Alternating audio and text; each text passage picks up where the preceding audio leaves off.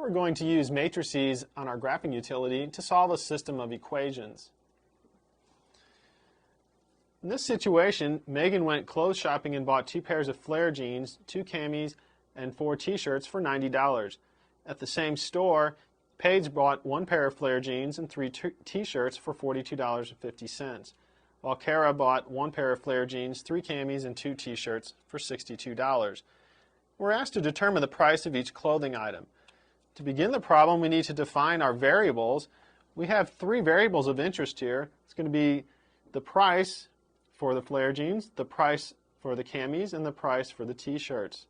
So we're going to go ahead and let x equal the dollars or price for the jeans. We're going to let y equal the price or dollars for the camis. And we're going to let z equal the price or dollars for the t-shirt. Next, we need to write a system of equations for this situation. Since we have 3 variables, we're going to need 3 equations. We can see from the problem setup that we can get an equation for what Megan purchased, another equation for what Paige purchased, and then a third equation for what Kara purchased. Each one of those deals with a total amount of money. So we're going to make a little note here for Megan, Paige, and Kara.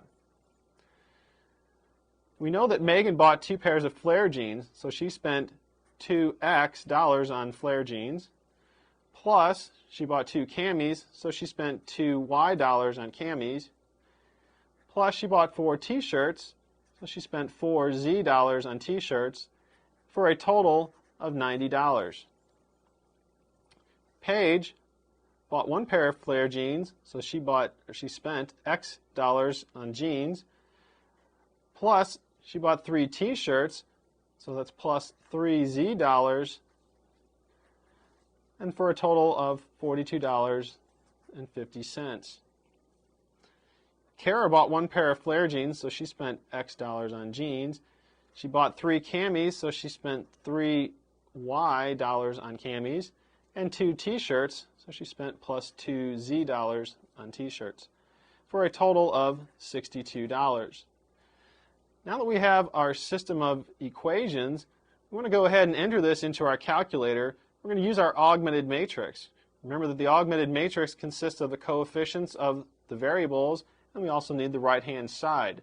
One thing we're going to have to pay attention to is in our second equation here, there is no y term. So we need to remember to enter a coefficient of 0 for the y coefficient. If we go to our calculator, we want to go to matrix mode. That's a second function on the reciprocal key, so we press second and the x inverse key. We want to edit the matrix, so we're going to move to the right 2 times to highlight the edit screen. We're going to go ahead and use matrix A, the first matrix. So we're going to pick matrix 1. We need to give it dimensions. We're going to have 3 rows and 4 columns, because we have 1 row for each equation. We get a column for each variable, and then 1 for the constant. So we'll enter 3, enter, and 4, enter. And that sets up the matrix for us. We just need to enter in all our coefficients now. We're going to go ahead and go through each equation one at a time.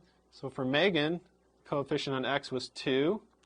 We press enter. The coefficient on y was 2, so we press enter. The coefficient on z was 4. We press enter. And then the constant was 90. Next we move on to Paige. We have a coefficient of 1 for x. Remember for y here our coefficient is 0. We need to put that in. For z the coefficient was 3 and the constant was 42.5. And then for Kara we get 1, 3, 2, and 62. Now that we've finished entering the coefficients for our matrix, we want to exit out of the matrix mode just so we don't accidentally change anything. So we're going to quit by pressing second and the mode key. This quit is the second function. That gets us back to our home screen.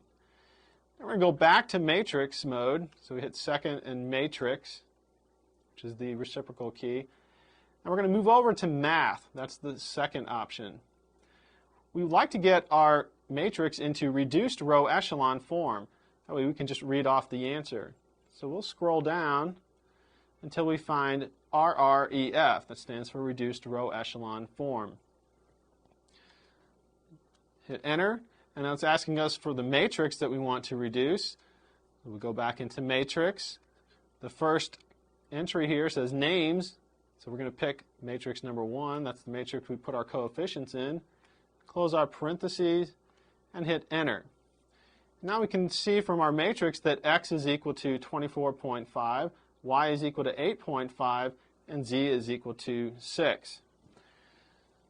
So coming back to our system, we can see that each pair of the flare jeans cost $24.50. Each cami will cost $8.50. And each t-shirt will cost $6. And so we found the price for jeans, for the camis, and for the t-shirts.